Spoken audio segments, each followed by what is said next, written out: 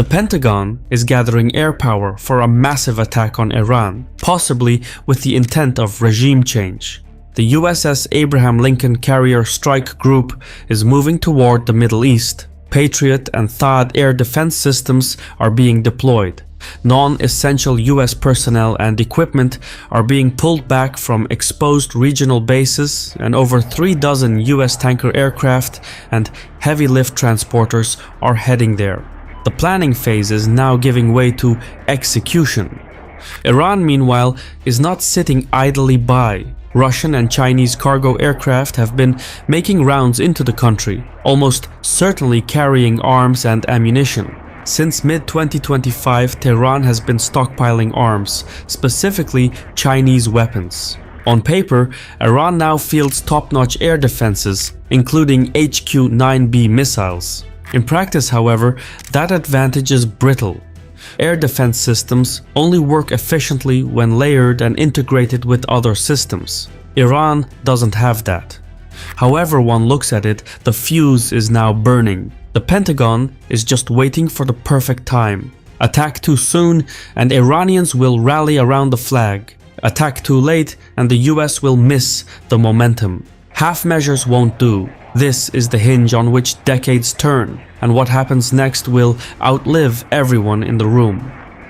Conflicts between states don't just play out on battlefields anymore, they also take place online through cyber attacks, surveillance, and digital disruptions. The internet essentially becomes part of the conflict itself. And for ordinary people trying to follow events as they develop, simply being online can expose far more data than intended. That's where NordVPN comes in. It encrypts your internet traffic, protects your location, and helps shield your data from prying eyes. Features like Threat Protection Pro block malware, trackers, and malicious websites before they load, while Dark Web Monitor alerts you if your personal information ever appears in data leaks or underground markets. If you want a safer way to browse, go to nordvpn.com/Caspian Report or use the link in the description. It comes with a 30-day money-back guarantee. So if you don't find it very useful, you can just get your money back. Clicking that link helps support this channel, but it also gets you an extended subscription. You get the 2-year plan plus 4 extra months. It's a good deal, and again it helps support the channel when you sign up. The link is nordvpn.com/Caspian Report. Give it a try. The deadly protests in Iran continue to rage on, raising the prospects of US military intervention. Internet connectivity has been largely shut down in the country since January 8th, which makes it difficult to ascertain the scale and scope of the situation. Even so, the protests are just a pretext for military action.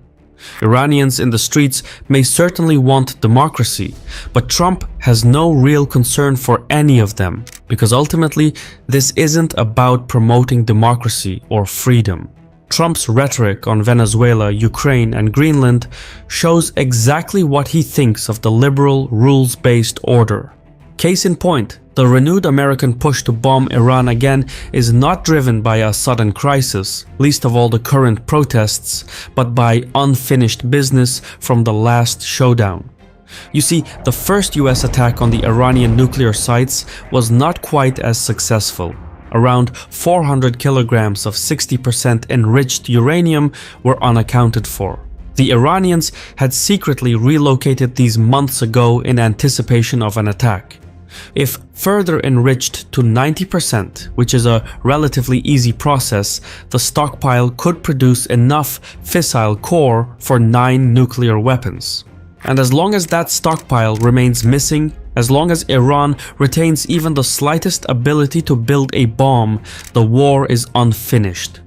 Diplomats in Tehran have been trying to prevent or at least postpone a US attack by offering to restart negotiations with the Trump administration. If Iran were to offer substantial concessions on its nuclear program and its missile program, it would reduce the risk of US military action. However, America's demands have expanded since the last standoff. They now include not only ending nuclear enrichment and cutting back on missile stockpiles, but also getting rid of the enriched nuclear material they have and stopping support for regional proxy groups. Iran is not going to meet these prerequisites, and so in the coming days and weeks, the risk of an attack on Iran will remain high. At Al Udeid Air Base in Qatar, widely regarded as the largest US military base in the region with around 10,000 troops, non-essential aircraft have been moved away. This satellite imagery shows the situation on the ground. The same pullback is seen at Prince Sultan Air Base in Saudi Arabia. You don't do this when a diplomatic resolution is around the corner. You clear them when you expect Iranian missiles to hit that base. For instance, Al Udeid sits less than 300 kilometers from Iran, and Shahab 3 missiles can reach it in just 4 minutes. The evacuation of Al Udeid and other bases is a sign that the battlefield is being cleared for a major fight. However, the first and foremost question to ask is not what the Pentagon can do, but what it seeks to achieve. Strategy must precede action. Trump's objective remains largely ambiguous. It ranges from regime change through a coup or popular uprising to pressuring Tehran into a new nuclear agreement. If the objective is to destroy Iran's nuclear sites and eliminate the unaccounted enriched uranium, then the mission calls for B-2 bombers, which are the only aircraft that can carry the GBU-57 bunker busters. If the endgame is regime change, then the scope expands far beyond that. So, in the absence of clearly defined goals, the use of military force risks becoming an end in itself. Fresh off the heels of the US raid on Venezuela, some are now speculating that the US could do a regime change operation by targeting key Iranian leaders. The belief is that doing so would destabilize Iran's political hierarchy and compel remaining elements to submit to American terms. However, an exfiltration mission similar to the operation that captured Maduro in Caracas is unlikely. US helicopters would need to refuel inside Iranian territory due to the distance from friendly airspace and the Persian Gulf. Caracas sits close to the coast, whereas Tehran is tucked far away from the open oceans. In fact, the need for refueling is precisely what led to the failure of Operation Eagle Claw in 1980, which sought to rescue US embassy staff held hostage during the Islamic Revolution. So any overt military action against Iran would most likely take the form of assassination strikes. However, this approach carries inherent risks. For one, Iran is ideologically entrenched, deeply so. Any kinetic attack that kills or removes a figure like the supreme leader or a senior military official would certainly create shock, but it would also play into the Shia Islam martyrdom culture and thereby galvanize unity. What's more, taking out the supreme leader, as much as a symbolic figure he is, wouldn't trigger the government's collapse. Iran's political machine is highly institutionalized, and the IRGC has a contingency plan to move into position and consolidate control over the clerical security elite. Once the IRGC takes power and de facto assumes guardianship of the state, they would then select a new supreme leader. So, assassinating Iran's top leader would only create a short-term crisis while rallying hardliners around the flag and sparking a wider display of nationalism and unity. Another important consideration are the regional parameters. Saudi Arabia, Turkey, Qatar, and Kuwait will likely withhold airspace access for an attack on Iran.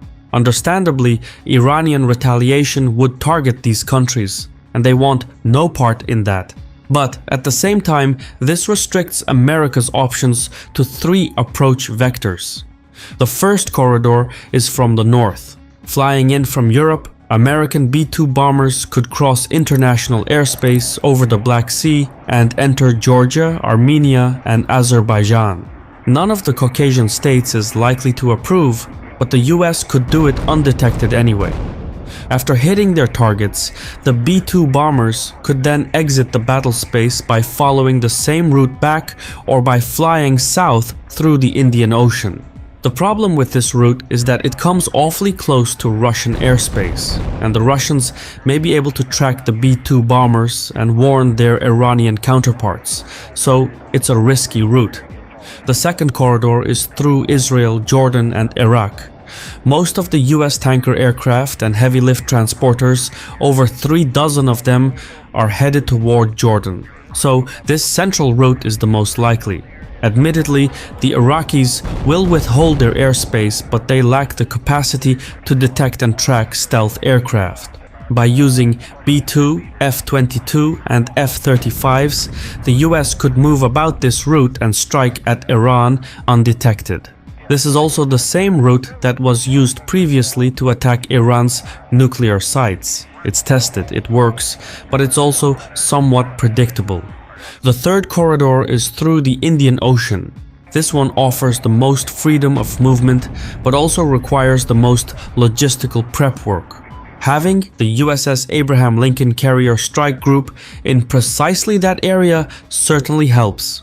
This option is also the preferred choice for regional nations because it minimizes their exposure to Iranian retaliatory strikes. What's more, by going through the south, the US could also use conventional bombers such as B-52s, thereby bringing in much more firepower. The weight of evidence suggests that it could be a combination of the central and southern corridors. By the way, this video in no way promotes war. This is a realistic assessment based on cold calculated interests and needs without the huff and puff of morals. This is what the Americans would do because it benefits them. In no shape or form do we advocate for war. Trump may think differently, however. If he presses on and focuses on destroying Iran's nuclear sites, the attack would remain relatively contained. B-2 bombers flying in and out would be enough. However, if the objective expands to regime change, then the operation takes on an entirely different nature. If the United States decides to go for regime change in Iran, it could target IRGC infrastructure, command centers, and paramilitary officials in hopes of weakening the security forces responsible for the crackdown.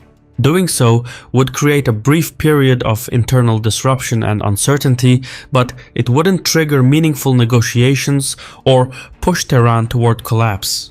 The Iranians would move quickly to restore operational control and replace fallen commanders. That's what they did during the 12-day war in June. During this window of disruption, protesters may take up arms, and clashes with law enforcement could become even more violent. But it still wouldn't be enough to pose an existential threat to the government. Only a wider, sustained campaign targeting Iran's military infrastructure, security apparatus, and political leadership over an extended period of time, think of weeks, if not months, could threaten Tehran's survival. A one-off military strike wouldn't achieve anything, but a sustained campaign that degrades Iran's military capabilities and disrupts its security forces would create a power vacuum within the IRGC. The remaining elements could then be coerced into negotiation and compliance. Iran's response to all this would of course be proportional to the level of damage inflicted. In a low-level escalation, Iran could carry out a telegraphed limited attack, such as striking US diplomatic or military targets in Iraq or harassing commercial or military ships in the Strait of Hormuz. The goal would be to re-establish deterrence while avoiding a wider war. A mid-level response could involve Iran launching similarly telegraphed strikes against US military assets in the Gulf, including those in Saudi Arabia, Qatar, Kuwait, and so on. Such a response, however, would instantly raise the risk of regional conflict. Finally, Iran's leadership could go for a high-level escalation. While unlikely, this option could see an unannounced Iranian attack on American or Israeli targets or an attempt to block the Strait of Hormuz. This would most certainly lead to total war, but it would only happen if Tehran truly believed the United States threatened its survival. So there are degrees of escalation, and both America and Iran will try to hold their punches so long as the other does the same. Meanwhile, Israel could join the American attack and go all out, but their core mission will be entirely different. Should the US attack succeed and help topple the government, within an hour of the handover of authority, Israeli jets will attack and obliterate Iran's military infrastructure. So, at the fleeting moment of hope, while Iranians celebrate the revolution and the military command is in disarray, Israeli jets will make short work of Iran's air defenses, missile launchers, drone factories, etc. Israel will take out everything, regardless of whether the new government is friendly or not. Within hours, Iran will lose 2 decades of military buildup. That's what they did in Syria in the aftermath of Assad's exit, and that's what they'll do in Iran. So, Israeli jets will be armed, fueled, and ready for precisely that operational window.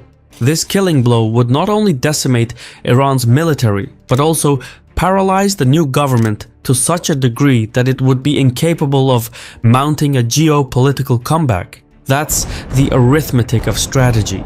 While conflict produces casualties and exhausts resources, it's often the spectators who inherit the spoils. I've been your host Shirvan from Caspian Report. If you approve of what we do, please leave a comment, hit the like button, and mayhaps share the video. In any case, thank you for your time, and Sawal.